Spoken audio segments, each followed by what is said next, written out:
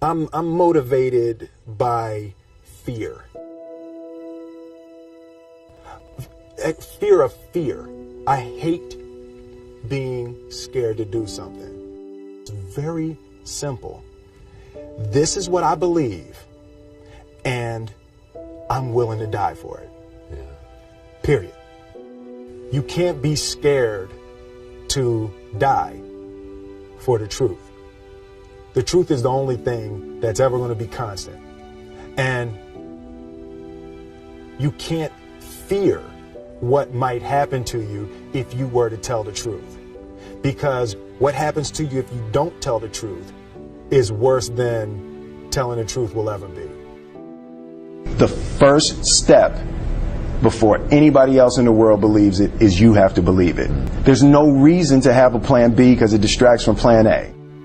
And I think psychologically, the advantage that gives me over a lot of people that I have been in competition with in different situations is it's difficult to take the first step when you look how big the task is.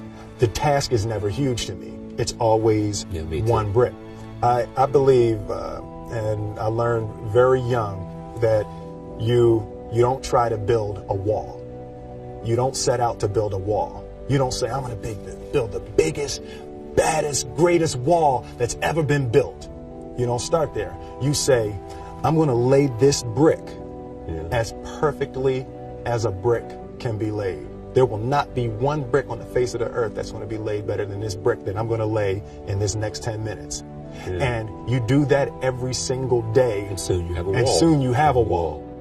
I've never really viewed myself as particularly talented. Where I excel is ridiculous, sickening work ethic. You know, while the other guy's sleeping, I'm working. While the other guy's eating, I'm working. The separation of talent and skill is one of the greatest misunderstood concepts for people who are trying to excel, who have dreams, that want to do things. Talent you have naturally. Skill is only developed by hours and hours and hours of beating on your craft.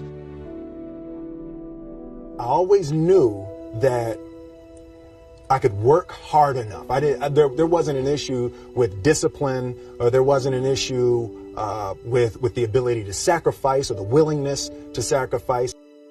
There's no easy way around it. No matter how talented you are, your talent is going to fail you if you're not skilled. You know, if you don't study, if you don't work really hard and dedicate yourself to being better every single day. This one year, my father had his shop, and he decided for whatever reason that he wanted a new wall on the front of his shop. So he tore down probably about 16 feet high and probably about 30 feet long. He just completely tore the wall down, and my brother and I had to dig a 6-foot hole. For the foundation. For the foundation. We would mix in the concrete by hand. A year and a half. We were building this wall for a year and a half. Every day after school, we would come in, mixing concrete, putting it in the hole, doing it. And it was just myself and my little brother. And I remember standing back, looking at that wall, saying, there's going to be a hole here forever. A year and a half later, we laid the final brick. And my father stood back with my brother and I know he planned this. He says he didn't, but I know he had been planning this and writing this for his for the past 2 years. But we stood back, we looked at the wall, and he looked at me and my brother and said, "Don't y'all never tell me that you can't do something," and walked into the shop. As a child, my parents always told me, you could be whatever you want to be, you could do whatever you want to do.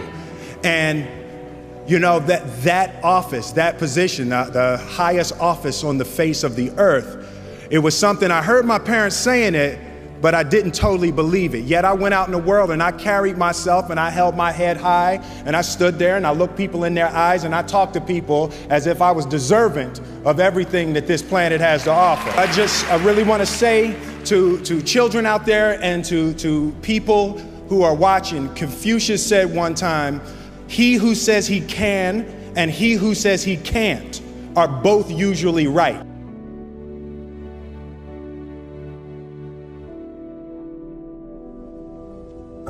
having the opportunity to study greatness. And anytime you have that opportunity, there are certain intricacies that will make clear who you are. It becomes that much more clear who you are.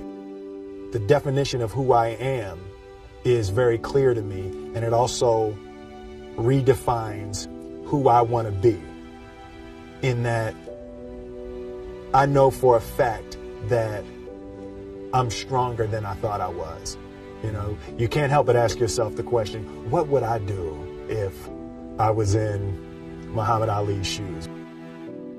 I'm not the best at anything. You know what I mean? Eddie Murphy is funnier than I'll ever be.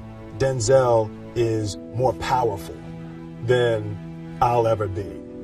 I think that my strength is I can do everything well. You know, I can do a little bit of everything, and that's what I concentrate on to be my strength. I'll never be able to compete with Denzel.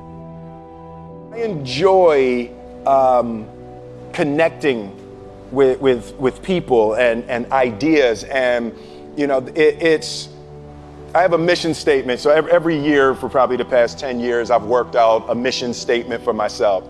And for the last few years, the mission statement has stayed the same, and it's been improve lives, right? So when I go into something, I'm looking for how the quality of this piece could potentially improve lives. But it's all along the way. It's when you make the movie and how you're interacting with people in the process. And the concept of improving lives runs through the center of everything I do. And then I realized that the way to improve lives is to continually improve yourself, right? So with that, every morning when I get out of the bed, I haven't fixed everything in the world yet, so there's always something to do.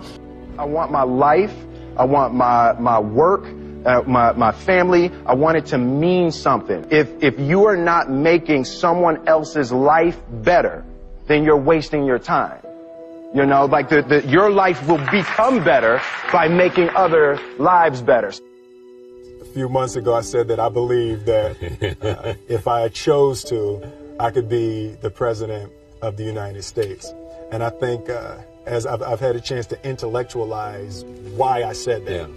And I think that there's a certain delusional quality that all successful people have to have. You have to believe that something different than what has happened for the last 50 million years of history. You have to believe that something different can happen. The one thing that I truly tried to communicate in the interpretation of Ali is the complex simplicity of greatness. Yeah. And how greatness is not this wonderful, esoteric, elusive, God-like feature that only the special among us will ever taste. You know, it's something that truly exists in all of us. Loss is bound to joy. Like pain and suffering are bound to joy. The being able to survive something is actually a big part of being able to find that next wave of joy. You appreciate smaller things.